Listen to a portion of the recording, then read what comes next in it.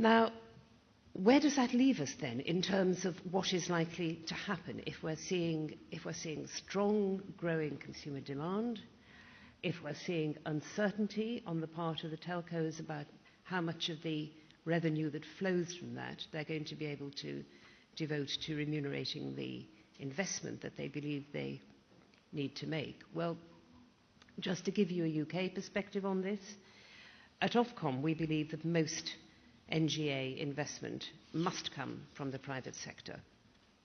Our incumbents will play a substantial role, and we believe, therefore, it's obviously important to clarify the regulation that applies to incumbents. We've got to ensure that competition prevails and that investment takes place. For our part, we have just published, as many of you may know, our own plans to deliver both certainty around the regulated products which our incumbent BT must offer, and this is very important in the system we aim to run, flexibility on the pricing of those products. And the European Commission's recent recommendation seeks to strike a similar balance between regulatory certainty and pricing flexibility.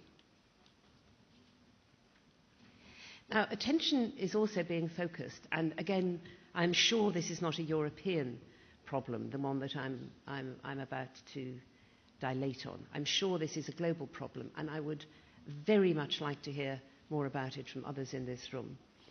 Attention is being focused on how you extend the reach of next generation networks when the market has exhausted its capacity to do so.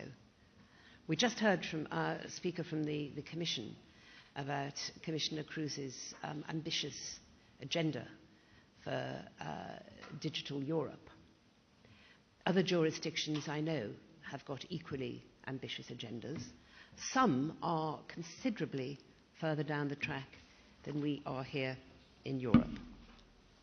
Now, how do you do this? What is the point at which, as a regulator or as a government, you can make the decision about that is as far as the market is going to take you? How do you determine what the boundary is there?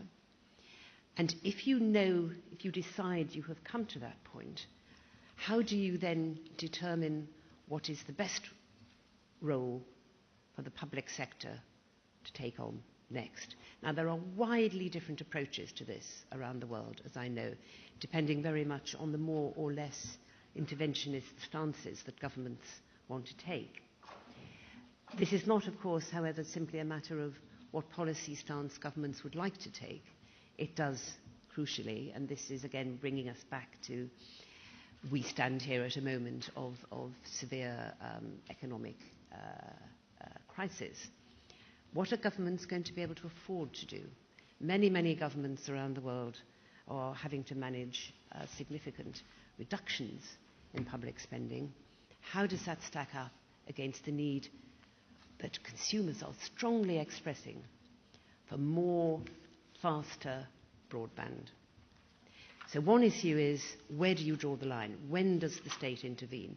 The second is, what's the mix of technologies that you might want to try to deploy to reach that final group of your fellow citizens who are asking for this, but for whom it is possibly unfeasible for market solutions to deliver.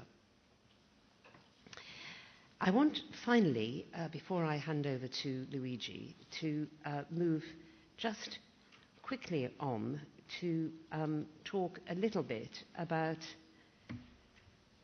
the point I made at the beginning, that I think we mustn't, in these technical, regulatory and political discussions, lose sight of why we're doing all this.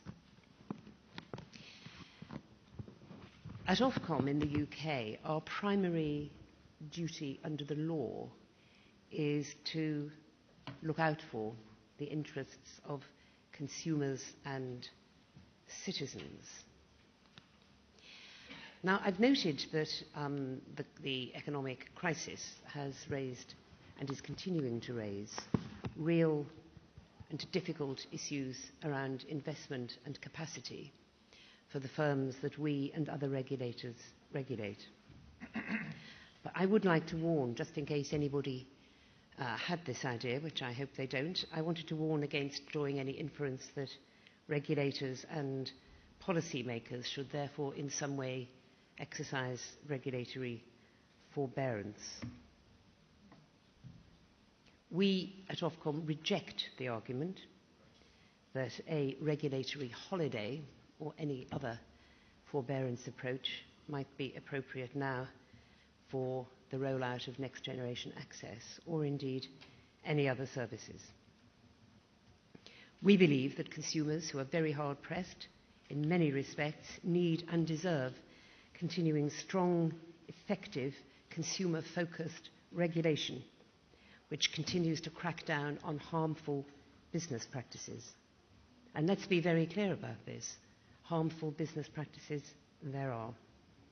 The new framework that the European Commission has produced provides some much needed strengthening of our powers to address fraudulent and abusive business practices such as mis-selling, and we will not tolerate such practices in our jurisdiction.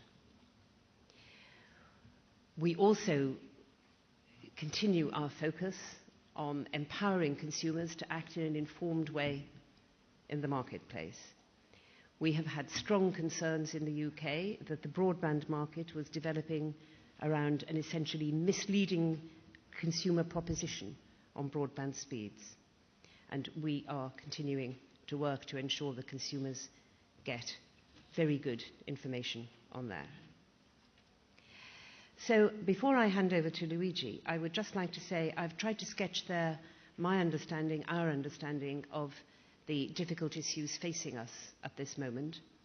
I have tried to indicate that I think we have to address them from the standpoint always of who are we doing this for, and ultimately it's for the end consumer.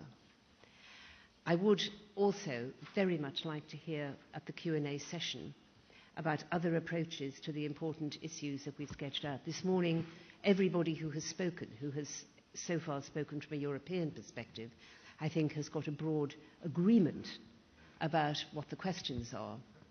We don't have answers, but we would very much like to hear from you about new approaches that you may be trying, insights you have that may help us to find global solutions to some of these most important problems. Thank you.